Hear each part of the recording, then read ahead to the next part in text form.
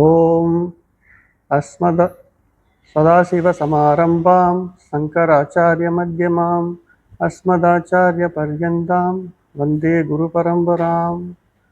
ஓம் ஸ்ருதி ஸ்மிருதி புராணானாம் ஆலயம் கருணாலயம் நமாமி பகவத்பாதம் சங்கரம் லோகசங்கரம் சங்கரம் சங்கராச்சாரியம் கேசவம் பாதராயணம் सूत्रभाष्य कृतौ वन्दे भगवन्तौ पुनः पुनः ईश्वरो गुरुरात्मेति मूर्तिभेदविभागिने व्योमवद्व्याप्तदेहाय दक्षिणामूर्तये नमः.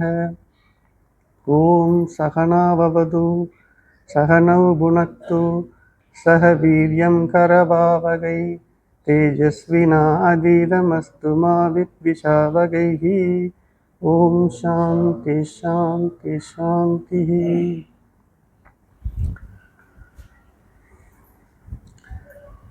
ஸ்ரீ ஆதிசங்கராச்சாரியார் அருளிய விவேக சுமாமி நூலினுடைய விளக்க உரையை நாம் பார்த்து கொண்டிருக்கிறோம்.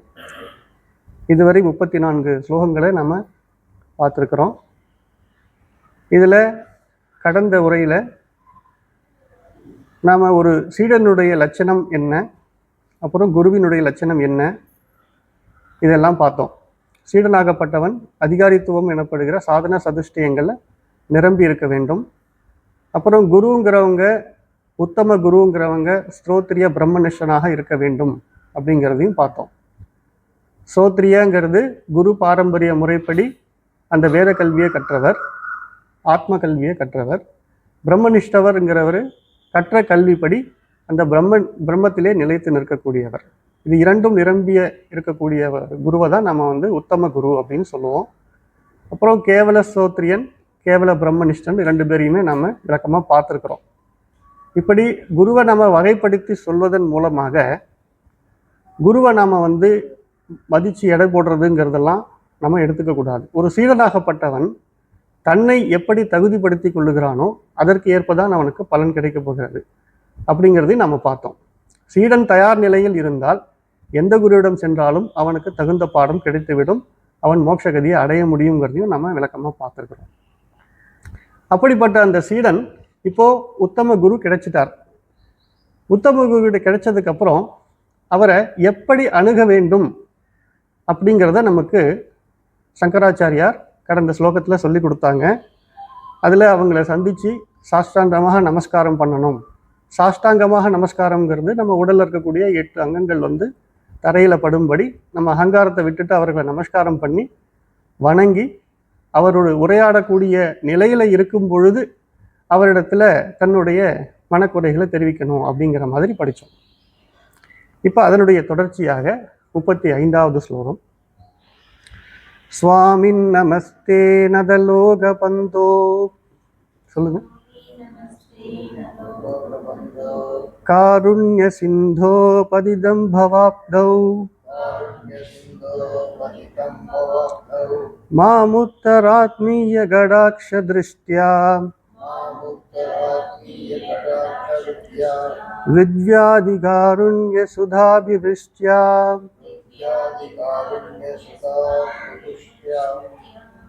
இதனுடைய பொழிப்புரை: சுவாமி, உமக்கு நமஸ்காரம். நாடி வந்தவர்க்கு உற்ற உறவாய் இருப்பவரே, கருணை கடலே, பிறவிக்கடலில் வீழ்ந்துள்ள என்னை களங்கமற்றதும் மிக்க தயையுடையதும் அமுதத்தை பொழிவதுமாகிய உம்முடைய கடைக்கண் பார்வையால் கரையேற்ற வேண்டும். இப்போ குருவை நம்ம அணுகிறோம். அணுகிறதுக்கு அப்புறம் அவர்கிட்ட நம்ம முறைப்படி அவர்கிட்ட வணக்கம் செய்துவிட்டு அவர் தயாராக இருக்கக்கூடிய நிலையில் நம்முடைய மனநிலையை நம்ம தெரிவிக்கணும். அப்படி எப்படி தெரிவிக்கணும் அப்படிங்கிறத தான் இந்த ஸ்லோகத்தில் ஆரம்பிக்கிறாங்க. இங்கே சுவாமின்னா சுவாமி, குருவை பார்த்து சுவாமின்னு தான் நம்ம எப்பயுமே கூப்பிடணும். நமஸ்தே, உமக்கு நமஸ்காரம். நதலோக பந்தோ, பந்தம், பந்து அப்படின்னா உறவினர். லோகம் அப்படின்னா இந்த உலகத்தில் இருக்கு. நதலோக பந்தோனா நாடி வந்தவங்களுக்கு உற்ற உறவாக இருப்பவரே. இப்போ குருவை புகழறார். குரு எப்படிப்பட்டவராக இருக்கிறாரு? கருணை மிக்கவராக இருக்கிறார். காருண்ய சிந்தோ, கருணை கடலே அப்படின்னு குருவை அவருடைய நிலையை பற்றி சொல்லிட்டு பவாப்தௌ. பவாப்தௌனா என்ன? பவ ஆப்தௌ. பவம் அப்படிங்கிறது இந்த பிறவி, பிறவி கடல். பவாப்தௌனா பிறவி கடல். பதிதம், அதில் மூழ்கியுள்ள, அதில் அழுந்தியுள்ள, அதிலே வீழ்ந்துள்ள, மாம் என்னை, ருஜ்வியா, ருஜ்வியான கலங்கமற்ற. இப்போ குருவை பற்றி சொல்லி இப்போ தன்னை பற்றி சொல்கிறான். நான் எப்படி இருக்கிறேன்? பிறவி கடலில் வீழ்ந்து அதிலே அழந்து இருக்கக்கூடிய நிலையில் இருக்கிறேன். நீங்கள் எப்படி இருக்கீங்க? வணக்கம் சொல்லிட்டு நீங்கள் நாடி வந்தவர்களுக்கு உறவாக இருக்கிறவர், கருணை கடலாக இருக்கிறவர். பிறகு ருஜ்வியா கலங்கமற்றதும், அதிகாருண்ய, காருண்யன்னா கருணைன்னு பார்த்தோம், அதிகாருண்ய மிக்க தயையுடையதும், சுதாபி விருஷ்டியா, சுதான அமுதம், சுதாபி விருஷ்டியான அமுதத்தை பொழிவதுமான, ஆத்மீய கடாட்ச திருஷ்டியா, திருஷ்டியான பார்வை, ஆத்மீயனா உங்களுடைய, கடாட்சனா கடைக்கண், உங்களுடைய கடைக்கண் பார்வையால். எப்படிப்பட்ட கடைக்கண் பார்வை? மிக்க தயையுடையதும், கலங்கமற்றதும், பிறகு அமுதத்தை பொழிவதுமான உங்களுடைய கடைக்கண் பார்வையால் பிறவிக்கடலில் அழிந்தியுள்ள, வீழ்ந்துள்ள என்னை கரையேற்ற வேண்டும். உத்தர அப்படின்னா கரையேற்றுதல். அப்போ குரு கிட்ட இந்த பிறவிக்கடல், பிறவி என்னக்கூடிய பிறப்பு இறப்பு என்னும் சுழற்சியில மாட்டிக்கிட்டு இருக்கிற என்ன, சம்சார பந்தத்துல மாட்டிக்கிட்டு இருக்கிற என்ன கரையேற்ற வேண்டும். எப்படி? உங்களுடைய கருணையினால, உங்களுடைய கருணை, அதிக கருணை பொருந்திய கலங்கமற்ற கடைக்கண் பார்வையினாலேயே அப்படின்னு சொல்றார். அப்போ முதல்ல தெரிவிக்கும் போது குருவை கொஞ்சம் பெருமைப்படுத்தி பேசி, தன்னுடைய மனக்குறை, தன்னுடைய நோக்கமானது மோட்சம். பிறவி கடல்ல இருந்து எனக்கு, நான் அழிந்து கிடக்கிறேன் அதில், என்ன இந்த பவ கடல்ல இருந்து விடுதலை செய்து விடுங்க சுவாமி அப்படிங்கிறத முதல்ல தெரிவிக்கிறார். இது ஒரு ஸ்லோகம். அப்போ பிறவி கடல்ல விழுந்திருக்கக்கூடிய என்ன யார் காப்பாற்ற முடியும்? ஏற்கனவே இந்த பிறவி கடல்ல இருந்து முறைப்படி அவர் நம்ம பார்த்துட்டோம். அவர் ஸ்ரோத்ரியன் பிரம்மனிஷ்டராக இருக்கக்கூடியவர். அப்படிப்பட்ட அவர் தான் இந்த பிறவி கடல்ல இருந்து விடுபட்டவர். அப்படி விடுபட்ட நிலையில இருக்கிறவர் இந்த உலகத்துல கருணை மிக்கவராக இருக்கிறார். நாடி வந்தவங்கன்னா எதற்காக வந்தவங்க? இந்த மாதிரி விடுதலையை தேடி வரக்கூடியவர்கள். எதிலிருந்து? இந்த பவ கடல்ல இருந்து விடுதலையை தேடி வரக்கூடியவங்களுக்கு அருள் செய்யக்கூடிய நிலையில், கருணை செய்யக்கூடிய நிலையில இருக்கிறவர். அப்போ அவர்கிட்ட முதல்ல மோட்சம்தான் என்னுடைய நோக்கம் அப்படிங்கிறத நம்ம தெரிவிக்கணும். அப்புறம் இதனுடைய தொடர்ச்சியாக துர்வார சம்சாரத வாக்னிதப்தம்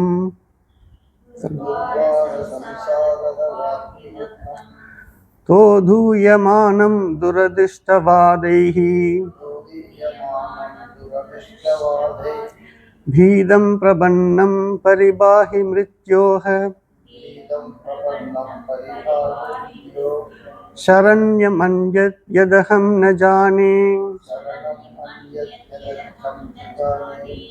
பாவகர்மம் எனும் காற்றால் வளர்க்கப்பட்டு தடுக்க முடியாதபடி எரியும் தீ போன்ற சம்சாரத்தால் பொசுக்கப்பட்டவனும் அலைகழிக்கப்பட்டவனும் பயம் கொண்டு தங்களை சரணமடைந்துமாக நான் வேறு புகலிடம் காணேன், மரணத்திலிருந்து காத்தருள்வீராக அப்படின்னு இந்த ஸ்லோகத்துல சீடன் தெரிவிக்கிறான்.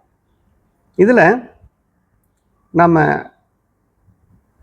இந்த வார்த்தைகளை புரிஞ்சுக்கிறதுக்கு முன்னாடி இதுல ரெண்டு விஷயம் சொல்லப்பட்டிருக்குது. முதல்ல சம்சாரம், சம்சாரத்தால பொசுக்கப்பட்டவன். அப்ப சம்சாரம்னு ஒரு விஷயம் இருக்குது. ரெண்டாவது பயம்னு சொல்றாரு. பயம், எதிலிருந்து பயம்? கடைசியா சொல்றாரு மரணத்திலிருந்து காத்துகிறாங்க. மரணத்தை பத்தின பயம்.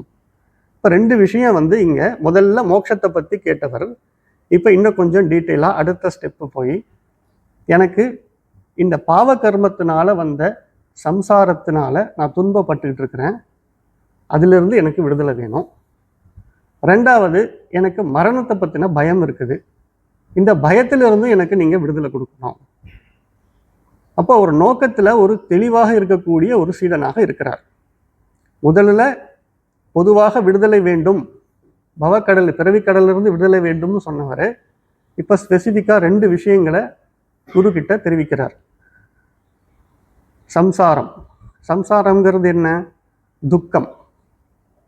சம்சாரம்ங்கிற துக்கம் எதனால் ஏற்பட்டது அப்படின்னு பார்க்கணும். ஒருத்தனுக்கு துக்கமானாலும் அல்லது இன்பமானாலும் எதனால் ஏற்படுதுன்னா அவன் செய்த பாப கர்மத்தினால தான் அப்படின்னு நம்ம புரிஞ்சுக்கிறோம். இப்போ பாப கர்மத்தினால தான் இந்த சுகதுக்கங்கள் வருது. சுகதுக்கங்களில் பாப கர்மங்கிறது துக்கத்தை கொடுக்கக்கூடியது. அதுதான் சம்சாரம்னு நம்ம சொல்கிறோம். அப்போ அந்த சம்சாரத்தில் இருந்து எனக்கு விடுதலை வேண்டும். பிறகு இப்படி இந்த உடல் எடுத்து வந்திருக்கிற நான் இந்த உடலில் இருக்கிற நிலையில் துன்பத்தை அனுபவிச்சுட்டு இருக்கும்போது ஒரு நேரத்தில் மரணம்ங்கிறது என்ன தழுவதான் போகுது அப்படிங்கிறத இந்த உலகத்தில் நடக்கிற விஷயங்களை வச்சு நான் தெரிஞ்சுக்கிறேன். அப்போ மரணம்ங்கிறது கட்டாயமாக இருக்கிறதுனால இந்த மரணத்திலிருந்து ஏதாவது தப்பிக்கிறதுக்கு வழி இருக்குமா? அதுக்கு எனக்கு நீங்கள் வழி சொல்லிக் கொடுங்க அப்படின்னு குரு கிட்ட கேட்குறாங்க. துரதிருஷ்டவாதைஹி, துர் அதிருஷ்டவாதை. இப்போ பொதுவாக கர்மத்தில் திருஷ்ட கர்மம் அதிருஷ்ட கர்மம் அப்படின்னு 2 வகைகள் நம்ம பார்க்கலாம். திருஷ்ட கர்மம்னா நம்ம கண் முன்னாடியே நடக்கக்கூடிய கர்மங்கள், இதெல்லாம் திருஷ்ட கர்மம், பார்வைக்கு முன்னாடி நடக்கக்கூடியது.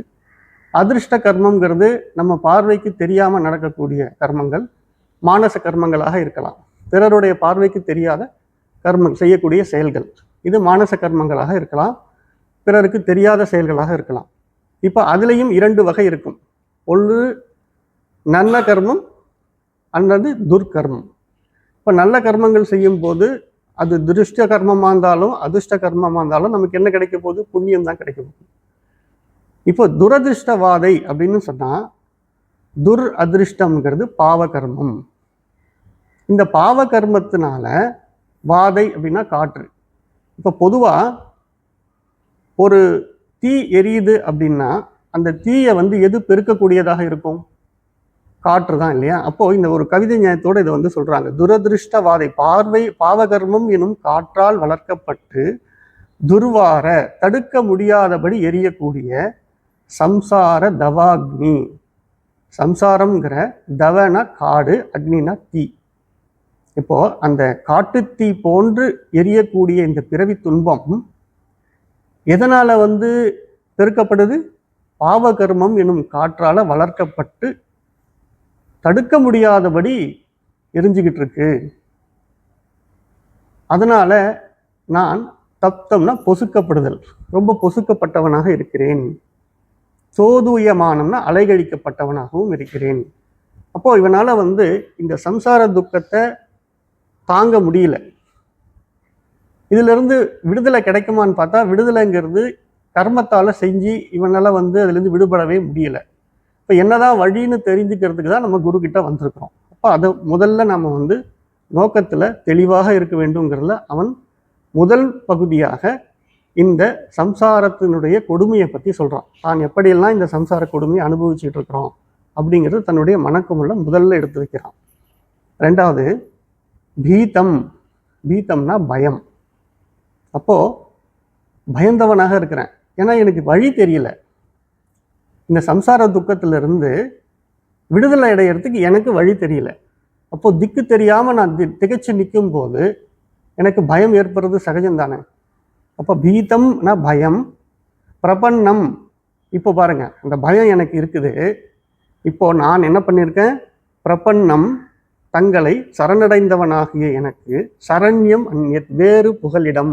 அந்நியத்னா வேறு, சரண்யம்னா புகலிடம். யத் அகம் ந ஜானே, ந ஜானே எனக்கு தெரியாது, அகம் ந ஜானே எனக்கு தெரியாது. மிருத்யோ பரிபாகி, மிருத்ய அப்படின்னா மரணம், பரிபாகினா காத்தருள்றது. அப்போது இந்த சம்சார துக்கத்திலிருந்து தன்னை காத்துக்கிறதுக்கு மிகுந்த பயம் கொண்டவனாக இருக்கக்கூடிய நான் உங்களை புகலிடமாக அடைந்து விட்டேன். என்னை இந்த மரணம்ங்கிற ஒரு பீதியிலிருந்து, மரணம்ங்கிற பயத்திலிருந்து என்ன நீங்கள் தான் காத்தருளணும். 2 விஷயங்களையும் அவருக்கு முன்னாடி எடுத்து சொல்கிறாரு. அப்போ இந்த பாவகர்மம் அப்படிங்கிறது தான் நமக்கு சம்சார துக்கத்தை கொடுக்குது அப்படிங்கிறத புரிந்த நிலையில் இருக்கக்கூடியவர். பிறகு மரணம்ங்கிறத தடுக்க முடியாதுங்கிறதையும் தெரிஞ்சிருக்கிறார். இப்போ இது ரெண்டுத்திலிருந்தும் விடுதலை கொடுக்கணும்னு கேட்டு குருக்கிட்ட வந்து நிற்கிறாங்க. அதை முறைப்படி அவங்க சொல்லவும் செய்கிறாங்க. இப்போ மறுபடி குருவை பற்றி கொஞ்சம் புகழ்ந்து அடுத்த ஸ்லோகத்தில் சாந்தா மகாந்தோ நிவசந்தி சந்தோ வசந்த வல்லோகஹிதம் சரந்தஹ தீர்ணாக ஸ்வயம் பீம பவார்ணவம் ஜனாம்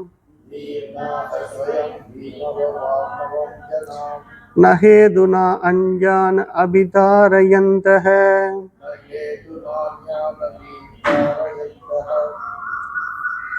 மன அமைதியுற்றவர்களும் பெரியோர்களும் வசந்த காலத்தை போல் உலகத்திற்கு நன்மையை செய்பவர்களும் பயங்கரமான பிறவிக்கடலை தாங்கள் தாண்டியவர்களாய் உறவே இல்லாத பிற மனிதர்களை காரணத்தை கேட்காமல் தாண்டு வைப்பவர்களும் ஆகிய சாதுக்கள் உலகில் வாழ்ந்து கொண்டிருக்கிறார்கள்.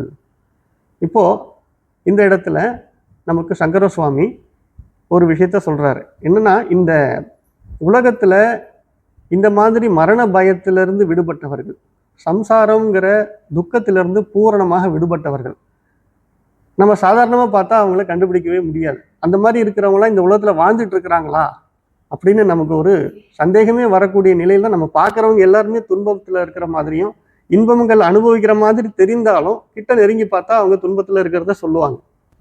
அப்போ ஒவ்வொருத்தருமே இன்பமும் துன்பமும் கலந்த நிலையில் இருக்கிறவங்க. ஆனால் இந்த வாழ்க்கையை நித்தியம் அனித்தியம்ங்கிறத சரியாக பகுத்து ஆராய்ந்த பிறகு எல்லாமே அனித்தியம்னு புரிஞ்ச ஒருத்தன் தான் இங்கே சீடனாக வரக்கூடிய நிலையில் இருக்கிறான். அவனுக்கு நித்தியம் அனித்தியம்ங்கிறத சரியாக புரிஞ்சதுக்கப்புறம் அநித்தியத்திலிருந்து நமக்கு விடுதலை வேணும், நித்தியமானதை நாம் நம்ம தெரிஞ்சுக்கணும் அப்படிங்கிறத அவன் விரும்புகிறான். இப்போ இந்த நேரத்தில் அந்த மாதிரி ஒருத்தவங்க இருக்கிறாங்களாங்கிறதே அவனுக்கு சந்தேகமாக தானே இருக்கும். அப்போது இந்த சம்சாரத்திலிருந்து வரக்கூடிய துன்பம், சம்சாரம் தான் அங்கே துன்பமே, அதிலிருந்து விடுபட்டா அப்போ எந்த நிலையில் இருப்பாங்க? அவன் எப்படி சொல்கிறான் பாருங்க. காட்டுத்தீங்கிறது ரொம்ப பயங்கரமாக எரியக்கூடியது. அது எதனால் வளர்க்கப்படுதுன்னா காற்றால். அந்த மாதிரி பாவகர்மங்கிற காற்றால் வளர்க்கப்பட்ட அந்த தீங்கிற சம்சாரத்தால் நான் பொசுக்கப்பட்டு அலைகழிக்கப்பட்டவனாக இருக்கிறேன். அப்போது சம்சார துக்கத்தில் இருக்கிற ஒருத்தன் எப்படி இருக்கிறான், சம்சார துக்கம் இல்லாதவங்க எப்படி இருப்பாங்க, அதை சொல்கிறது தான் இந்த ஸ்லோகம். சாந்தா மகாந்தோ, சாந்தான மனம் சாந்தமாக இருக்கக்கூடியவர்கள், மனம் அமைதியுற்றவர்களாக இருக்கக்கூடியவர்கள். மகாந்தோ மிக பெரியவர்கள், அவங்களெல்லாம் மகான்தான் நம்ம சொல்ல முடியும், பெரியவர்கள். அவங்க எப்படி இருக்கிறாங்க? வசந்தவத் லோக இதம் சரந்தக. அவங்க வசந்த காலத்தை போல உலகத்திற்கு நன்மை செய்யக்கூடியவர்களாக இருக்கிறார்கள். அது என்ன வசந்த காலம்னா, தமிழில் இளவேநீர் காலம்னு சொல்லுவாங்க. அப்போ தான் இலைகளெல்லாம் உதிர்ந்து புதிதாக துளிர்த்து பூ பூக்கக்கூடிய காலம். நம்ம இப்போது தை மாசி பங்குனின்னு சொல்லக்கூடிய தமிழ் மாதங்கள், பிப்ரவரி டு ஏப்ரல், அந்த நேரம் பார்த்திங்கன்னா உங்களுக்கு கடுமையான குளிரும் இருக்காது, கடுமையான வெயிலும் இருக்காது, ஒரு இதமான சூழ்நிலை. அப்போ அந்த மாதிரி ஒரு இதமான சூழ்நிலைங்கிறத நம்ம எதுக்கு சொல்கிறோம்? வசந்த காலம்னு சொல்லுவோம். அந்த வசந்த காலத்தை போல உலகத்தில் தன்னை நாடி வந்தவர்களுக்கு ஒரு கூல் ஃபீலிங்கை கொடுத்து நன்மை செய்யக்கூடியவங்க, அந்த மாதிரி இருக்கிறவங்கள தான் மகாந்தோ பெரியவர்கள்னு நம்ம சொல்கிறோம். அந்த மாதிரி இருக்கிறவங்க பீம பவ ஆர்ணவம். பீமன்றதுக்கு ஏன் பீமன் பேர் வச்சோன்னா, அவன் ரொம்ப பராக்கிரமசாலியாக இருக்கிறான், பெரியவனாக இருக்கிறான், பலம் பொருந்தியவனாக இருக்கிறான், அசைக்க முடியாத பலம் பொருந்தியவன். அப்படிப்பட்ட அந்த பலம் சொல்கிறோம் இல்லைங்களா, பலத்துக்கு உதாரணமாக பீமனை தான் சொல்லுவோம். அப்போ அவ்வளவு பலம் பொருந்திய பவ ஆர்ணவம். பவம்ங்கிறது தெரியும், பிறவி. ஆர்ணவம்னா கடல். இந்த பயங்கரமான பிறவி கடலை ஸ்வயம் தீர்ணா, தாங்கள் தாண்டியவர்கள். அந்த மகாந்தோ அப்படின்னு சொல்லக்கூடிய பெரியோர்கள், மனசாந்தி உடையவர்கள், தாங்கள் அந்த பவக்கடலை தாண்டி இருக்கிறாங்க. அதுவும் எப்படிப்பட்ட கடல் நம்ம ஏற்கனவே பார்த்துட்டோம். பவங்கிறது என்னன்னு அவர் சொல்லியிருக்கிறாரு. இங்கே பீம பவ ஆர்வம், பயங்கரமான ரொம்ப சக்தி வாய்ந்த அந்த பவக்கடலை அவங்க தாண்டி இருக்கிறாங்க. அப்போ அவங்க தாண்டினதோட நிறுத்திக்கல. அவங்க என்ன பண்றாங்க? அந்யான் அபிஜனா. அந்நியம்னா தனக்கு அந்நியமான உறவில்லாத பிற மனிதர்களுக்கு கூட அஹேதுனா, ஹேதுனா காரணம், அஹேதுனான காரணமே இல்லாம அவங்க கருணை செய்யறதுக்கு, அவங்களுக்கு நன்மை செய்யறதற்கு காரணமே கேட்காம தாரையந்த இந்த பிறவி கடலை தாண்டி வைக்கிறவங்க. தான் தாண்டினது மட்டும் இல்லாம தன்னை நாடி வந்து இந்த சீடன் கேட்டது போல கேட்கும் பொழுது அவர்களை தாண்டி வைக்கிறதற்கும் வழிகாட்டுறவங்க. சாந்தோ நிவசந்தி. அந்த மாதிரியான சாதுக்கள் இந்த உலகத்துல வாழ்ந்துக்கிட்டு தான் இருக்கிறாங்க அப்படின்னு சுவாமி சொல்றாங்க. அப்போ 2 விதமான மனிதர்களை நம்ம பார்க்குறோம். ஒருவர் இந்த பவக்கடல்னால இருக்கக்கூடிய சம்சார துக்கம் அதை அனுபவிச்சுட்டு இருக்கும்போது எப்படி இருக்குதுன்னு சொல்றாரு. இன்னொருத்தர் அந்த கடலை தாண்டினவர் எப்படி இருக்காரு? சாந்தா மகாந்தோ, மனம் அமைதியுற்றவர்களாகவும் மகானாகவும் தன்னை நாடி வந்தவங்களுக்கு வசந்த காலத்தை போல இனிமையான நிலையை கொடுக்கக்கூடியவர்களாகவும் இருக்கிறாங்க. அந்த இனிமையான நிலைன்றது எதுவாக இருக்க முடியும்? பிறவி கடலை தாண்டது தான். தான் தாண்டி அந்த சாந்த நிலையில அடைஞ்சிருக்கிறாங்கன்னா தன்னை நாடி வந்தவர்களுக்கும் அதே போல அவர்களும் அந்த பிறவி கடலை தாண்டுவதற்கு வழிகாட்டுபவர்களாகத்தான் இருக்க முடியும். அதுதான் இந்த ஸ்லோகத்துல சொல்றாங்க. அப்போ இந்த சம்சார கொடூரம்ங்கிறத நம்ம சரியா புரிஞ்சுக்கணுங்கிறத அந்த ஸ்லோகத்துல காட்டுத்தீயையும் பாவகர்மங்கிற அந்த காற்றால வளர்க்கப்படக்கூடிய நிலை, ரொம்ப அலையடிக்கப்படக்கூடிய நிலை, இந்த சம்சாரங்கிறது ரொம்ப கொடூரம்ங்கிறத புரிஞ்சுக்கிறதுக்காக அந்த மாதிரியான ஒரு எடுத்துக்காட்டுகளை நமக்கு சொல்றாங்க.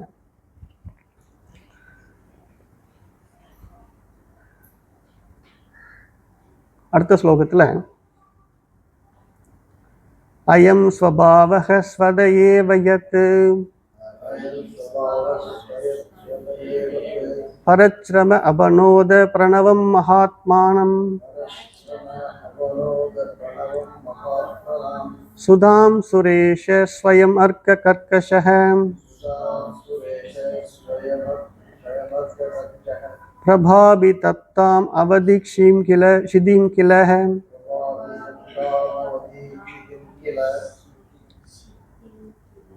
அப்போ அந்த முன்னாடி சொன்ன அந்த ஸ்லோகத்தினுடைய தொடர்ச்சியாக குருவினுடைய அந்த பெருமையை தான் இங்க மறுபடியும் சொல்றாங்க. தங்களுக்காகவே பிறருடைய, அதாவது தாங்களாகவே பிறருடைய துன்பத்தை போக்குவதற்கு முயற்சித்தலாகிய பண்பு எது உண்டோ அது மகாத்மாக்களுக்கு இயற்கையாகவே இருக்கிறது. இதுக்கு ஒரு உதாரணம் என்ன சொல்றாங்க? சூரியனுடைய கடுமையான வெயிலால் பொசுக்கப்பட்ட இந்த பூமியை அமிர்தம் போன்ற குளிர்ந்த கிரகணங்களை உடைய சந்திரன் தானாகவே காக்கவில்லையா அப்படின்னு ஒரு உதாரணத்தை சொல்லி புரிய வைக்கிறாங்க. அப்போ எப்பயுமே ஒரு விளக்கத்தை நம்ம ஒருத்தவங்களுக்கு புரிய வைக்கணும்னா அவங்களுக்கு ஏற்கனவே தெரிந்த ஒரு உதாரணத்தை வச்சு நம்ம சொல்லும்போது அது எளிதாக புரிந்ததற்கு வசதியாக இருக்குங்கிறதுனால ஒரு விஷயத்தை புரிய வைக்கிறதுக்கு நமக்கு தெரிந்த ஒரு உதாரணத்தை கொண்டு விளக்கும் போது நம்ம எளிதாக புரிஞ்சிக்கலாங்கிறதால இங்கே நம்ம ஒரு வெயில் காலத்தில் கடுமையான வெயில்னால துன்பப்பட்டிருக்கிற நேரத்தில் பகல் பூரா நமக்கு வெயில் கொடுமை அதிகமாக இருக்கும். 36, 38, 40 டிகிரி வரைக்கும் ஒரு வெயில் பகல் பூரா இருக்குது அப்படின்னா நம்மளால் அந்த வெயிலுடைய கொடுமையை தாங்க முடியாமல் இருப்போம். ஒரு 10 மணி நேரம் அந்த மாதிரி இருக்குது, 8 மணி நேரம் அந்த மாதிரி இருக்குன்னா அதன் தொடர்ச்சியாக 24 மணி நேரமும் அதே மாதிரி இருந்துட்டா நம்ம நிலை என்ன ஆகும்? அப்போ அந்த வெயிலினுடைய கொடுமையை நம்மளால தாங்க முடியாத நிலைக்கு அப்போ தொடர்ச்சியா அது போல இருந்துட்டே இருந்ததுன்னா என்ன ஆகுறது? அப்போ அந்த தாக்கத்தை குறைப்பது போல நமக்கு அதே சூரியனிலிருந்து வரக்கூடிய அந்த கிரணங்களை சந்திரன் பிரதிபலித்து நமக்கு குளிர்ந்த ஒரு நிலையை கொடுக்கக்கூடிய நிலை நம்ம இதே பூமியில பார்க்குறோம். அப்போ இது சந்திரன் முயற்சி செய்து செய்கிறதா? அது மாதிரி இல்லை, இது தானாகவே நடக்கக்கூடிய ஒரு செயல். அத மாதிரி நம்ம மேல சொன்ன அந்த மகாந்தோ அப்படிங்கிற அந்த மகாத்மாக்களுக்கு தன்னை நாடி வரக்கூடியவர்களுடைய துன்பத்தை போக்கக்கூடிய அந்த முயற்சி செய்யக்கூடிய அந்த பண்பு இயற்கையாகவே அமைந்திருக்கிறது அப்படிங்கிறத நம்ம. அப்போ இது இந்த குருவினுடைய பெருமையை இந்த சீடன் புரிஞ்சுக்கிற மாதிரி இந்த ஸ்லோகங்கள் எல்லாமே அமைஞ்சிருக்குது. அப்போ குருவாகப்பட்டவர் தன்னை நாடி வந்தவங்களுக்கு இந்த விஷயம் அவர் பிரகடனப்படுத்த மாட்டார். நான் இந்த மாதிரி முக்தி நிலையில் இருக்கிறேன், எல்லாரும் என்கிட்ட வாங்க, நான் உங்களுக்கு முக்தி கொடுக்குறேங்கிற அந்த மாதிரியான சமாச்சாரம் இது இல்லை. இங்கே குருவானவர், உத்தம குருவானவர் தன்னிலையில் பிரம்மனிஷ்டையில் இருக்கக்கூடியவர். அப்போது இதை மாதிரி தேடி வரக்கூடிய அந்த சிஷ்யன் முறைப்படி அவரை அணுகி அவர்கிட்ட வாய் திறந்து கேட்கணும். தன்னுடைய மனக்குறைய முதல்ல தெரிவித்து, எனக்கு இதுதான் பிரச்சனை, இந்த பிரச்சனை எனக்கு தீர்க்கிறதுக்கு வழி சொல்லி கொடுங்க அப்படிங்கிறத கேட்கும்போது இந்த ஞானியாகப்பட்டவர் பிரம்மனிஷ்டர் தான் இந்த பிறவி கடலை தாண்டினவர். அவரை பொறுத்த வரைக்கும் இந்த உலகங்கிறது மித்யா. அப்போ அந்த சீடனும் மித்யா தானே. நான் ஏன் இதெல்லாம் செய்யணும், நான் தான் விடுதலை பெற்றேன்னு அவர் ஒதுங்கி உட்கார்ந்துடலை. தன்னை நாடி வந்தவர்களுக்கு எப்படி நம்ம அந்த உதாரணம் சொன்னோம் இல்லையா, சந்திரனுங்கிறது முயற்சி செய்தெல்லாம் கருணை செய்யலை, முயற்சி செய்தெல்லாம் குளிர்ச்சியை கொடுக்கல, அது அதோடைய இயற்கை சுபாவமாகவே இருக்கிறது. அதுபோல இந்த ஞானியர்களுக்கு, தன்னை நாடி வந்தவர்களுக்கு தான் பெற்ற அந்த இன்பத்தை அவர்களும் பெருமாறு வழிகாட்டுவது இயற்கையிலே அமைந்த ஒரு குணமாக இருக்கிறது அப்படின்னு சொல்றாங்க. அப்போ அவங்க இந்த முயற்சியெல்லாம் பண்ணல, அது இயற்கையிலே அந்த கருணைங்கிற அந்த தன்மை அவர்கள்ட்ட இயற்கையாகவே இருக்கிறதுங்கிறது தான் இப்படி சொல்றாங்க. ஒரு சின்ன இடையில எடுத்துக்கலாம், அடுத்து தொடரலாம். அப்போ இப்போ குருவுடைய பெருமைகளை நம்ம பார்த்துக்கிட்டு இருக்கிறோம். அதனுடைய தொடர்ச்சியா 41வது ஸ்லோகத்தில் 39வது ஸ்லோகத்தில் பிரம்மானந்த ரசானுபூதி கலிதைஹி பூதை சுசீதைர்யுதை யுஷ்மத் வாக்சல சோஜைதி ஸ்ருதி சுகைர்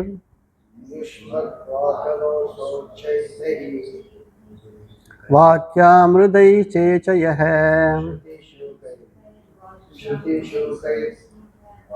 வாக்யாமிருதை சேச்சயஹ சந்தத்தம் பவதா பதாவதஹன ஜாலாபிரேனம் பிரபோ தன்யாஸ்தே பவதீக்ஷண க்ஷணகதே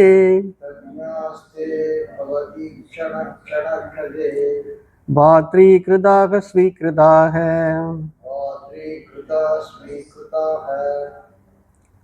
இங்க மறுபடி பிரபோ அப்படின்னு ஆரம்பிக்கிறார். பிரபோ பிரம்மானந்த ரசத்தை அனுபவித்து பரிசுத்தமானதும் மிக குளிர்ச்சியானதும் தங்களுடைய வாய் என்கிற கலசத்தில் பெருகுவதும் கேட்பதற்கு சுகமாக இருப்பதும் பேச்செனும் அமிர்தத்தால் பிறவி துன்பமாகிற காட்டுத்தீயின் ஜுவாலைகளால் பொசுக்கப்பட்ட இவனை குளிப்பாட்டுங்கள். தங்களுடைய பார்வைப்பட்ட வினாடிக்குள் தகுதி உடையவர்களாக செய்யப்பட்டு தங்களால் ஏற்றுக்கொள்ளப்பட்டவர்களே பாக்கியசாலிகள்ன்றது இதனுடைய பொழிப்புரை. அப்போ சாந்தோ மகாந்தோ அப்படின்னு சொல்லி தொடர்ச்சியா இங்க பிரபோன்னு கூப்பிட்டு பிரம்மானந்த ரசாதுபூதி கலிதைகி, பிரம்மானந்த ரசத்தை அனுபவித்து. பிரம்மனிஷ்டரா இருக்கிறவர் எப்படி இருக்கிறாரு? பிரம்மானந்த ரசம்ங்கிறது என்ன? தன்னை பத்தின அறிவுல திளைச்சிருக்கிறவர், தன்னை பத்தின ஞானத்துல எப்போதும் திளைத்திருக்கிற கூடியவர். அவர் தன்னுடைய சொரூபமே ஆனந்தம் அப்படிங்கிறத புரிஞ்சுக்கிட்டு இருக்கிறவர். அப்போ அவர் எப்படி இருக்கிறாரு? பிரம்மானந்த ரசத்தை அனுபவித்துட்டு இருக்கிறவர். பூதைகி பரிசுத்தமானதும், சுசீதைகி யுதை மிக குளிர்ச்சியானதும், சீதளம்னா குளிர்ச்சி தெரியும், சுசீதைகி யுதை குளிர்ச்சியானதும், யுஷ்மத் தங்களுடைய வாக்கலச உஜ்ஜிதைகி,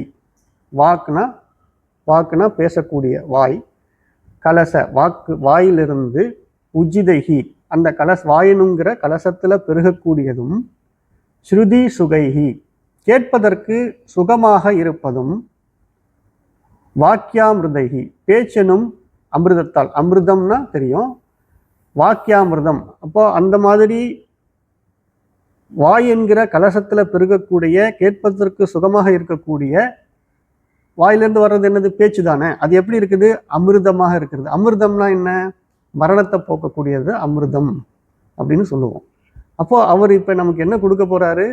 மோட்சத்தை கொடுக்க போறாரு. அப்போ பாருங்க, அந்த சூசகமா அந்த சீடன் வந்து கேட்கும் போதே அவர் வாயிலிருந்து வரக்கூடிய அந்த வார்த்தைகள் பேச்சுகள் எல்லாம் என்னுடைய மரண பயத்தை போக்கக்கூடியதாக இருக்குதுங்கிற மாதிரி ஒரு சூசகமா பேச்சினும் அமிர்தத்தால் பவதாப, பவம்னா பிறவி பவதாபம்னா பிறவி துன்பமாக, தாவதகன, தாவனா நம்ம வந்து காடுன்னு பார்த்துருக்கோம், தகனம்னா எரிஞ்சிக்கிட்டு இருக்கிறது. அப்போ பிறவி துன்பம்ங்கிற அந்த காட்டு தீயில ஜுவாலாபிகி, அதனுடைய ஜுவாலைகளால சந்தப்தம், பொசுக்கப்பட்டவன். இதுக்கு முன்னாடி இருக்கிற ஸ்லோகத்திலே நம்ம பார்த்தோம். இப்போ அந்த காட்டுத்தீயினால பொசுக்கப்பட்டவனும் அலைகழிக்கப்பட்டவனும் ஆகிய நான் அப்படின்னு சொன்னார் இல்லையா? அதே மாதிரி மறுபடியும் இங்க கொண்டு வந்து ஏனம், இவனை சேஷய, குளிப்பாட்டுங்கள். எதுல? பவத் ஈக்ஷண, ஈக்ஷண பார்க்கறது, பவத் ஈக்ஷணனா தங்களுடைய பார்வையால். இப்போ உங்களுடைய பார்வைங்கிறது என்னன்னா, குரு பார்க்கறாரு அப்படின்னா என்ன அர்த்தம்னா, பார்த்து என்ன செய்ய போறாரு? முதல்ல அந்த சீடன் தன் முன்னாடி வந்து நிற்கும்போது அவன் எப்படி இருக்கிறான்? வினயத்தோடு இருக்கிறானா? அவன் கேட்கக்கூடிய பேச்சை கேட்கும் போதே அவன் எந்த நோக்கத்துல தன்கிட்ட வந்திருக்கிறான் அப்படிங்கிறது அவருக்கு தெரிஞ்சிடும் இல்லையா? அப்போ முன்னாடியே சொல்றான், என்னை வந்து இந்த சம்சார துக்கத்திலேருந்து நீக்குங்க, மரண பயத்திலேருந்து என்ன நீக்குங்கன்னு கேட்குறான். அப்போ அவர் பார்க்கறாருன்னா என்ன அர்த்தம்? அவனுக்கு கருணை செய்யறதுக்கு தயாராக இருக்கிறார் அப்படிங்கிறது அந்த பார்வை.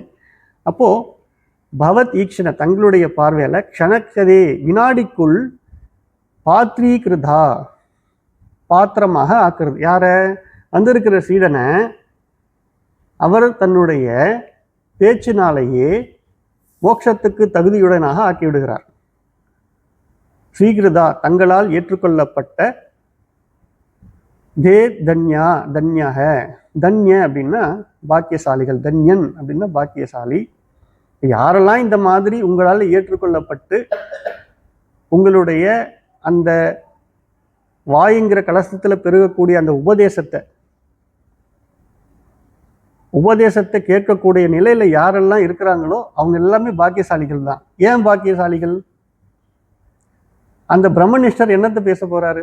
அவர் தான் எந்த யுக்தியை பயன்படுத்தி, எந்த ஸ்ருதியை பயன்படுத்தி, அனுபவத்தை பயன்படுத்தி தான் விடுதலை பெற்றாரோ அதே தானே இவங்கள்ட்ட பேச முடியும். பிரம்மனிஷ்டையில் இருக்கிறவங்க பிரம்மணத்தை பத்தி பேசாம வேற என்ன பேச போறாங்க? அப்போ இவன் இந்த காட்டுத்தீ போல எரிஞ்சிட்டு இருக்கிற இந்த சம்சார துக்கம், மரண பயம், இதிலிருந்து விடுதலை பெறுவதற்கு தாங்கள் எப்படி விடுதலை அடைந்தார்களோ அதே வழி அவர்களுக்கு காட்டுவிக்கிறதுக்கு தயாரா இருக்கிறாங்க. அப்போ அவர்களுடைய அந்த கடாட்சம் நமக்கு கிட்டுச்சுன்னா நாமளும் எந்த நிலை ஆயிடுவோம்? அதே பிரம்மானந்த ரசத்தை அனுபவிக்கிறதற்கு தகுதியாக ஆய்விடுவோம்ங்கிறது இங்க சுருக்கமா அப்படி சொல்றார். குரு எப்படி இருக்கிறாரோ அது போல சிஷ்யனையும் ஆக்கி விடுவார் அப்படிங்கிறதால அவருடைய அந்த பார்வையினுடைய தன்மையை இப்படி விளக்குறாங்க. இப்ப மறுபடி குருவினுடைய பெருமையை சொல்லியாச்சு.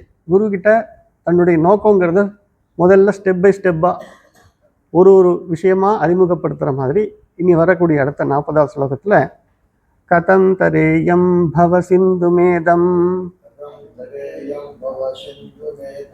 காவா கதிர்மே கதமோஸ்து பாயஹ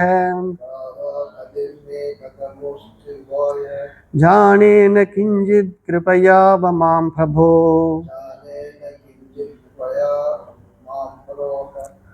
சம்சார துக்க க்ஷதிமாதனுஷ்வ.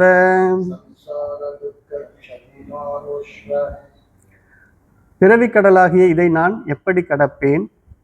எனக்கு செல்லும் வழி எது? கைகொள்ள வேண்டிய உபாயம் எத்தகையதாகும் என்பதை சற்றும் நான் அறிய மாட்டேன். என்னை கருணையால் காத்தருளும் பிரபுவே, பிறவி துன்பத்தை ஒழிக்கும் வழியில் என்னை கூட்டுவித்தரலும். அப்போ அந்த குருவை பற்றி பெருமையாக சொல்லி அவர் அந்த நிலையில் இருக்கக்கூடியவர்கிட்ட மறுபடி தன்னுடைய உள்ள கிடைக்கைய தெரிவிக்கிறார். இந்த விஷயத்தில் நம்ம மறுபடி கவனிக்கணும். ஒரு சிஷ்யன் வந்து பிரம்மனிஷ்டர் முன்னாடி போய் கண்டுபிடிச்சாச்சு, அவர் தான் உத்தம குருங்கிறத கண்டுபிடிச்சாச்சு. இப்போ அவர் தான் பிரம்மனிஷ்டராச்சே, அவருக்கு எல்லாமே தெரியுமே, அவர்கிட்ட போய் நான் பேசவே வேண்டாம், அவர்கிட்ட போய் நின்னா மட்டும் போதும் அப்படின்னு நினைக்காம, அவரிடத்துல தன்னோட உள்ளத்தில் இருக்கக்கூடிய குமுறலை, தன்னுடைய உள்ள கிடக்கிய அவர்கிட்ட எடுத்து சொல்லணும். அப்படி எடுத்து சொல்லும்போது தான் அவனுடைய நோக்கம் என்ன, அவனுடைய நிலை என்னங்கிறத சரியாக அவங்க புரிஞ்சு அதுக்கு ஏற்ற மாதிரியான உபதேசத்தை அவனுக்கு கொடுக்க முடியும். இந்த உலகத்தில் பலவிதமான மனிதர்கள் இருக்கிறாங்க. இப்போ நாம் இங்கே ஒரு உத்தம சீடனை பற்றி பேசிகிட்டு இருக்கிறோம். சாதாரணமாக ஒரு குருவிக்கிட்ட நிறைய பேர் அணுகுவாங்க. ஒவ்வொருத்தவங்களுக்கும் ஒரு விதமான நோக்கம் இருக்கும். ஒருவருக்கு உடலில் துன்பம் இருக்கலாம், ஒருவருக்கு குடும்பத்தில் பிரச்சனை இருக்கலாம், ஒருவருக்கு தன்னுடைய பிஸ்னஸில் பிரச்சனை இருக்கலாம், பணப்பிரச்சனை, உடல் பிரச்சனை, இப்படி பலவிதமான பிரச்சனைகளோட வருவாங்க. இப்போ வர்றவங்கெல்லாம் ஒரு நோக்கத்தோடு வராங்க. ஆனால் இங்கே இருக்கக்கூடிய குரு எப்படிப்பட்டவர்? பிரம்மனிஷ்டர். இந்த மாதிரி பிரச்சனைகளெல்லாம் தீர்க்கிறதுக்கு அவர் உட்கார்ந்துருந்தாங்க. அவர் யார் என்ன நாடி வராங்களோ அவங்க தன்னை போலவே மோட்சத்தை விரும்பக்கூடியவர்களாக இருக்கிறார்களா அப்படிங்கிறத தெரிஞ்சுக்கிறதுக்கு தான் அவங்க விரும்புவோம். அப்போ முதல்ல தன்னுடைய நோக்கங்கிறத தெளிவாக எடுத்து சொல்லணும். அடுத்து எடுத்து சொல்கிறதுல பாருங்கள், இதில் பவசிந்து மேதம், பிறவிக்கடலாகிய இதை கதம் தரேயும், நான் எப்படி கடப்பேன்? அப்போ இவனுக்கு இந்த துன்பத்தில் இருக்கிறது தெரியுது, மரணிக்க போகிறோங்கிறது தெரியுது. ஆனால் இந்த துன்பத்திலிருந்து, இந்த கடல்ல இருந்து நான் எப்படி கரையேறதுங்கிற வழி தெரியலை. அப்போ சரியான பாயிண்ட்டுக்கு வரான். எனக்கு முதல்ல இதிலிருந்து கரை சேர்றதுக்கு எனக்கு வழி சொல்லுங்க. இந்த பிறவி கடலை நான் எப்படி கடக்கிறது, அதுக்கு எனக்கு வழி தெரியலை, நான் எப்படி கடக்கிறதுன்னு தெரியல. காவா கதிர்மே, எனக்கு செல்லும் வழி கதி எதுன்னு தெரியவே இல்லை. கதமோ அஸ்தி உபாயக. இப்போது இந்த மாதிரி கடக்கணும்னா அதுக்கு ஏதாவது ஒரு உபாயம் இருக்கணும் இல்லையா? ஒரு கடலில் கரையடையணும்னா, எங்கே தத்தளிச்சு இருக்கணும்னா, இன்னொருத்தவங்க யாராவது கப்பலில் காப்பாற்றி கூப்பிட்டு வரும். ஒரு உபாயம், ஏதோ ஒரு உபாயம், அங்கே கிடக்கிற ஏதோ ஒரு கட்டையை பிடிச்சிட்டு வரோம், ஏதோ ஒரு உபாயம், ஏதாவது உபாயம் எனக்கு தெரிந்தால் நான் செய்யலாம். எனக்கு தெரியல. தெரிந்து கரையேறின்னு நீங்கள் இருக்கீங்க. அப்புறம் உங்களை நான் சரணாகதி புகலிடமாக அடைந்து விட்ட பிறகு எனக்கு அந்த உபாயத்தை சொல்லி கொடுங்க. கிஞ்சித் எனக்கு சற்றும் தெரியவில்லை, அதை பற்றி கொஞ்சம் கூட எனக்கு அதை பற்றின ஐடியாவே இல்லை. அதனால் மாம், என்னை கிருபையா கருணையால் அவ காத்தருளும். பிரபுவே பிரபோ சம்சார துக்கக்ஷதிம், இந்த பிறவிங்கிற துன்பத்தை ஒழிக்கிற வகையில் என்னை ஆதனிஷ்வ கூட்டி வைத்தருளும். இப்போ திரும்ப திரும்ப தன்னுடைய நோக்கத்தை தெளிவாக தெரிவித்துக்கிட்டே இருக்கணும். ஏன்னா இங்கே ஒவ்வொருத்தரும் ஒரு வித நோக்கமாக வந்தாலும் உத்தம சீடனுக்கு ஒரே நோக்கம்தான், அவனுக்கு மோட்சம்தான் வேணும். மோட்சத்துக்கு வழி தெரியல, அதை எப்படியாவது பல விதங்களில் தெரிவித்து தானே ஆகணும். அப்போ எப்படிலாம் தெரிவிக்கலாங்கிறத நமக்கு சங்கரர் சொல்லித்தராரு. இப்போது இந்த விவேக சூடாமணியில் நமக்கு சங்கரர் அணுவாக ஒரு சீடனாகப்பட்டவன் குருவை எப்படி அணுகணுங்கிற முறைகளை நமக்கு இப்போ படிப்படியாக சொல்லித்தராரு. அவர்கிட்ட போய் நம்ம கண்ட விஷயங்களை பேசுறதுல எந்த பிரயோஜனமும் இல்லை. குருக்கிட்ட இந்த உலக விஷயங்களை பற்றி வேண்டதில் எந்த பிரயோஜனமும் இல்லை. அவர்கிட்ட நிறைஞ்சிருக்கக்கூடிய அந்த பிரம்மம் அப்படிங்கிற அந்த தன்மையை பற்றி தெரிஞ்சுக்கிறது, அதை தெரிஞ்சுக்கிறதுனால நம்ம எப்படி மோட்சம் அடைகிறது, இதுதான் நம்முடைய நோக்கமாக இருக்கணும். அப்போ அந்த மாதிரி நோக்கத்தை தான் நம்ம அவர்கிட்ட தெரிவிக்கணும், அப்படிங்கிறதுல தெளிவாக இருக்கணும். நம்ம என்ன கேட்கணுங்கிறதுல தெளிவாக இருக்குங்கிறது தான் திரும்ப திரும்ப ஸ்லோகங்களில் ஒரு படியாக சொல்லித்தராரு. 3 ஸ்லோகத்திலையும் கருத்து வேறாக இருக்கிறதா? ஒரே கருத்து தான் சொல்லப்படுகிறது. சம்சார கடலிலிருந்து என்ன காப்பாற்றணும், மரண பயத்திலிருந்து காப்பாற்றணும். ஏன் 3 ஸ்லோகம் தேவைப்படுது? இங்கே இன்னும் கூட ஸ்லோகம் வரலாம். ஏன் தேவைப்படுது? அப்போது சீடனாகப்பட்டவன் எதில் குறியாக இருக்க வேண்டும், எதை பற்றி குருவினிடத்தில் அணுக வேண்டும், அதை எப்படி கேட்க வேண்டும்ங்கிறதுல தெளிவாக இருக்கணும். அதுக்காக தான் இந்த மாதிரிலாம் ஸ்லோகங்களை நமக்கு வகுத்து கொடுத்துருக்குறாங்க. இப்போது இந்த மாதிரி கேட்ட உடனே உபதேச விதி அப்படின்னு ஒரு ஸ்லோகத்தை கொடுத்துருக்குறாங்க. அதில் குரு இந்த மாதிரி சொன்ன உடனே அவர் அந்த ஸ்டூடெண்ட்டை என்ன மாதிரி ஒரு ரிப்ளை கொடுப்பாருங்கிறத மாதிரி ஒரு ஸ்லோகம் இருக்குதுங்க. ததா வசந்தம் சரணாகதம் ஸ்வம் சம்சார தவா அனலதா தப்தம் நிரீக்ஷ்ய காருண்ய ரசாத்ர திருஷ்ட்யா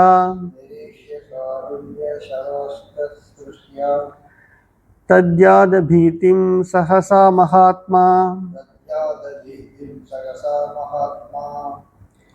இப்போ இந்த மாதிரி சூழ்நிலையில் வந்திருக்கக்கூடிய சீடன் தன்னை தெரிவிக்கிறான், தன்னுடைய நிலையை தெரிவிக்கிறான். அவ்வாறு பேசுபவனும் தம்மை சரணடைந்தவனும் காட்டுத்தீ போன்ற பிறவி துன்பத்தால் பொசுக்கப்பட்டவனுமாகிய அவனை மகாத்மாவாகிய குரு கருணாரசத்தின் கசிவுடன் கூடிய பார்வையால் உற்று நோக்கி விரைவில் பயமின்மையை அளிப்பார். இப்போ குரு என்ன செய்வார்? அவர் தன்னை காத்துக்கிட்டவர். ஏற்கனவே பார்த்துரும், தாங்கள் ஏற்கனவே இந்த பிறவி கடலை தாண்டினவர்களாக இருக்கக்கூடியவர். அப்போ அவர் என்ன செய்வார்? இந்த மாதிரி நோக்கத்தோட வந்திருக்கிறான். அவர் காரணமே தேவையில்லை கருணை செய்கிறதுக்கு. இப்போ காரணத்தோட ஒருத்தர் வந்திருக்கிறான். தன்னை மாதிரியே இவனும் ஒரு முமுட்சுவாக இருக்கிறான் அப்படிங்கிறத தெரிஞ்சுக்கும் போது அப்போ அவர் என்ன செய்கிறாரு அப்படின்னா, இந்த மாதிரி காட்டுத்தீ போன்ற பிறவி துன்பத்தில் பொசுக்கப்பட்டவனை காக்கிறதுக்கு அவர் தயாராக இருக்கிறாரு. அவங்கிட்ட இருக்க துன்பத்தை மட்டும் போக்கல, அது கூடவே இருக்கிற பயத்தையும் போக்கக்கூடியவர், பயமின்மையும் அளிக்கக்கூடியவராக இருக்கிறார். ததா அவ்வாறு வதந்தம் பேசுபவன் எந்த மாதிரிலாம் பேசினாங்கிறத கடந்த 3 ஸ்லோகத்தில் பார்த்தோம். ஸ்வம் தம்மை சரணாகதி அடைந்தவன் சம்சார தவ அனல தாப தப்தம்.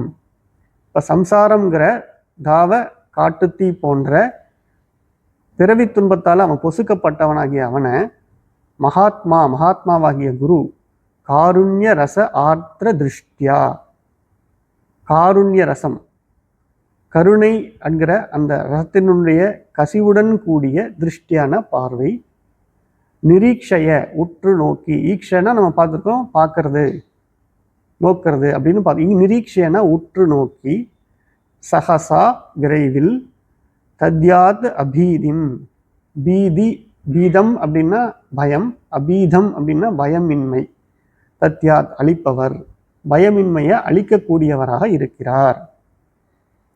இப்போ அவனுக்கு 2 நோக்கம் நம்ம சொன்னோம். அந்த 2 நோக்கத்திலிருந்து விடுதலை அளிக்கக்கூடியவராகத்தான் இந்த குரு இருப்பார். ஏன்னா அவர் உத்தம குரு. அவருக்கு ஸ்ரோத்ரியனாக இருக்கிறதுனால தான் பாரம்பரிய முறைப்படி இந்த விடுதலை அடையும் முறையை கற்றிருக்கிறார் ஒரு குருடமிருந்து. அப்போ அந்த முறையை கற்றவர் அதே முறைப்படி அவரும் சொல்லிக் கொடுக்கக்கூடியவராக இருக்கிறார். அதன்படி நிற்கக்கூடியவராக இருக்கிறதுனால அவருக்கு தெளிவாக தெரியும், கண்டிப்பா இவனுக்கு இந்த ரெண்டு விஷயத்தையும் நம்மளால கொடுக்க முடியும். அதனால அவன் பயமின்மையை கொடுக்கக்கூடியவராக இருக்கிறார். அந்த சம்சாரங்கிற தீயிலிருந்து அவனை விடுவிக்கக்கூடியவனாக இருக்கிறதுனால இந்த மாதிரி ஒரு ஸ்லோகம் கொடுத்துருக்குறாங்க. இப்போ இதில் ஸ்கிருதேவ பிரபன்யாய தஸ்மீதி ச யாசதே அபயம் சர்வபூதேபியோ ததாம் ஏதத் விரதம் மம அப்படின்னு வால்மீகி ராமாயணத்தில் ஸ்ரீராமர் ஒரு ஸ்டேட்மெண்ட் கொடுத்துருக்குறாங்க. நான் உன்னுடையவன் என்று ஒருமுறை என்னை சரணடைந்தால் எல்லா பிராணிகளிடமிருந்தும் நான் அவனுக்கு அபயம் அளிப்பேன். இது எனது விரதம் அப்படின்னு சொல்றாங்க. இப்போ விரதம்னா என்ன? விரதம்ங்கிறது அவங்க இறுதி வரை எந்த விதமான தடையும் இல்லாமல் கடைபிடிக்கக்கூடிய ஒரு விஷயம். அப்போ தன்னை சரணடைஞ்சவங்களை எந்த ஒரு தடை இருந்தாலும், எந்த ஒரு துன்பம் வந்தாலும், எதனால துன்பம் ஏற்பட்டாலும் காப்பாற்றுவேனுங்கிறதையே விரதமாக கொண்டவர் ஸ்ரீராமர்.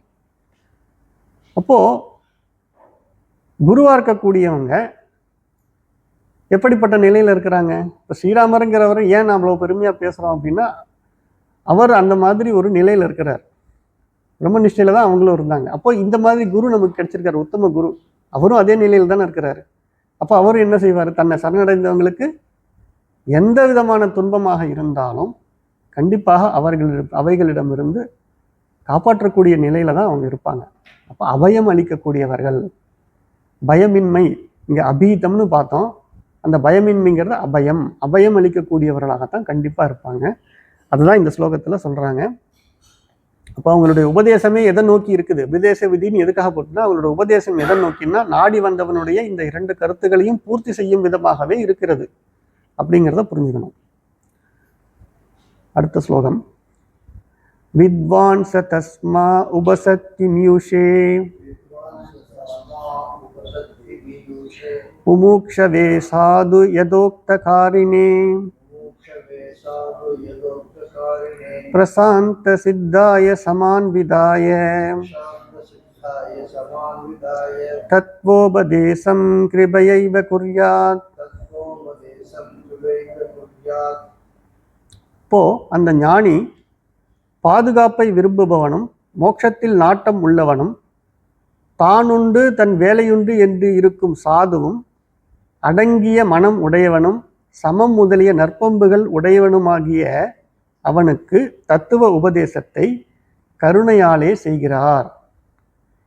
இங்க இப்போ இது வரைக்கும் குருவை பத்தியும் சிஷ்யன் கேட்கறத பத்தியும் நம்ம பார்த்துட்டு வந்தோம். இப்ப ரெண்டுத்தையும் கிளப் பண்ணி குரு அந்த சிஷ்யன் எப்படிப்பட்டவனா இருக்கிறாங்கிறத பார்க்கிறார்.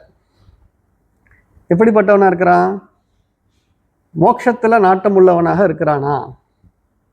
பிறகு தாதுங்கிறவங்க என்ன பண்ணுவாங்க? தான் உண்டு தன் வேலை உண்டு, மற்றவர்கள் விஷயத்துல தலையிட மாட்டாங்க. தன்னுடைய நோக்கம் என்னவோ அதிலே குறியாக இருக்கிறவர்கள் சாதுக்கள்னு சொல்றோம். அடங்கிய மனம் உடையவன்.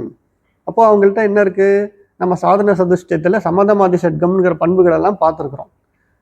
இதெல்லாம் நற்பண்புகள் எல்லாம் நிரம்பியவனாக இருக்கிறான். அந்த மாதிரி இருக்கிறவனுக்கு உபதேசம் செய்தால் அந்த உபதேசம் அவனுக்கு பலனளிக்கும் அப்படிங்கிறத தெரிந்திருக்கிறதுனால அந்த தத்துவ உபதேசத்தை கருணையாலே செய்கிறார். ஒருவேளை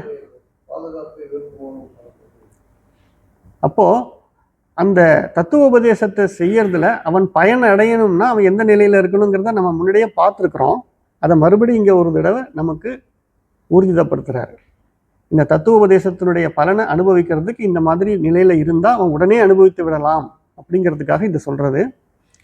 ச வித்வான் அந்த ஞானி, உபசத்தி மியூஷே பாதுகாப்பை விரும்புபவனும்.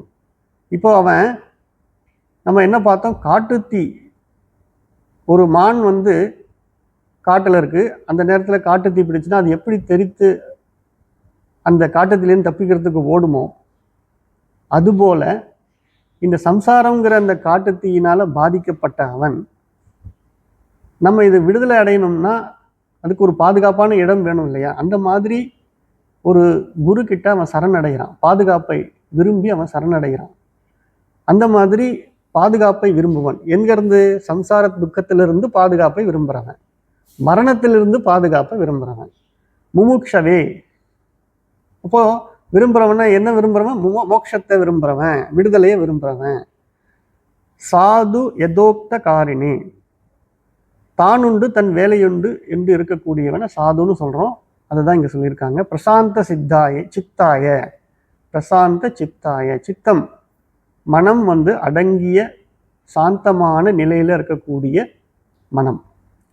சமான் விதாய, இப்ப சமம் முதலிய நற்பண்புகள் நம்ம ஏற்கனவே பார்த்துருக்கக்கூடிய அந்த பண்புகள் எல்லாம் நிரம்பியவனாக இருக்கக்கூடியவன்.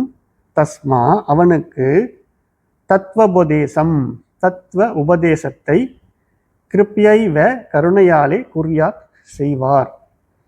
அப்போ பாருங்க, இவர் அந்த பிரம்ம நிஷ்டையில இருக்கக்கூடியவர், அந்த பிறவி கடலை தாண்டினவர், கருணையாளருங்கிறதெல்லாம் விவரமா நம்ம பார்த்துட்டு வரோம். இப்போ அவர் அந்த சிஷ்யன் எந்த மாதிரி நிலையில இருந்தா அவன் உடனடியாக அந்த மோட்சத்தினை அவன் பெற முடியுங்கிறத ஒரு ஸ்டேட்மெண்ட்டா கொடுத்து அந்த மாதிரி நிலையில இருக்கிறானாங்கிறத பார்த்து அதற்கு ஏற்ற மாதிரி தான் உபதேசத்தை அவர் சொல்ல முடியும். ஒருவேளை வரக்கூடிய சீடன்கிட்ட இந்த நற்பண்புகளில் குறைவு இருந்ததுன்னா முதல்ல அதை நிறைவு செய்வதற்கான வழிமுறைகளை அவர் போதிப்பார். அந்த காலத்தில் நம்ம பார்த்துருக்குறோம், அவங்களாம் பல ஆண்டுகள் குருவோட இருந்து தங்கி இருந்து சேவை செய்து பின்பு தான் அவர்கள் இந்த ஞானத்தை கற்றுக்கிட்டாங்க. நிறைய நம்ம உபநிஷத்துகள்லாம் படிக்கும்பொழுது அணுகிறவர்களை 1 வருஷம் 2 வருஷம் இருங்க அப்படின்னு சொல்லி அதுக்கப்புறமா இந்த உபதேசத்துக்கு கேள்விகள் கேட்கறதுக்கே அதுக்கப்புறம் தான் அவங்களுக்கு அனுமதி கிடைக்குது. ஸோ அந்த மாதிரிலாம் நம்ம பார்க்குறோம். நமக்கு ஒரு பெரிய பாக்கியம், நமக்கு அந்த மாதிரியான ஒரு நிலையெல்லாம் இன்னைக்கு இல்லை. அப்போது இது எதுக்காக சொல்கிறேன்னா, சீடனுடைய நிலை எப்படி இருக்குது அப்படிங்கிறத அவர் சீர்தூக்கி பார்க்குறாங்க. அவர்களுடைய நிலைக்கு ஏற்ற மாதிரி தான் அந்த உபதேசம் இருக்கும். இப்போ மேலே சொல்லியிருக்கக்கூடிய அந்த நற்பண்புகள், அவன் வந்து தானுண்டு தன் வேலையுண்டு அப்படிங்கிற அந்த நிலையில, சாதுவாக இருக்கக்கூடிய நிலையில அவனுடைய குறிக்கோளும் மோட்சமாக இருப்பதனால, அப்போ அவனுக்கு நேரடியாக தத்துவோபதேசத்தை செய்யும் பொழுது அவன் ஏற்கனவே விவேகம் உடையவன். நம்ம பார்த்துட்டோம், அதிகாரித்துவம் நிரம்பி இருக்கக்கூடியவனை தான் இங்கே அப்படி சொல்கிறாங்க. அப்போ அதிகாரித்துவத்தில் நம்ம பார்த்துருக்குறோம், விவேகமும் இருக்குது, வைராக்கியமும் இருக்குது, அப்புறம் இங்கே சொன்ன சமதமாதி ஷட்கம், முமுட்சுத்துவம். அவனுக்கு ஆத்ம அனாத்ம இந்த விவேகங்கள்லாம் அவனுக்கு வந்து சொல்லி கொடுத்தா புரியக்கூடிய நிலையில் இருக்கிறான். அப்போ தான் அந்த தத்துவ உபதேசத்தை செய்து அவனை இந்த மாதிரி துன்பத்திலிருந்து விடுதலை செய்விக்க முடியும். அதனால் இப்போ குருவானவர் சீடன் எப்படிப்பட்டவனாக இருந்தால் அவன் பயனை பெறுவான் அப்படிங்கிறத தெரிவிச்சிருக்கிறாரு. இப்போ இதோடு நம்ம இன்றைக்கு இந்த உரையை நிறைவு செய்துக்கலாம். ஓம் பூர்ணமுத பூர்ணமிதம் பூர்ணாத் பூர்ணமுதச்யதே பூர்ணஸ்ய பூர்ணம் ஆதாய பூர்ணமேவாவசிஷ்யதே. ஓம் சாந்தி சாந்தி சாந்தி. ஹரி ஓம் ஸ்ரீ குருப்யோ நம. ஹரி ஓம்.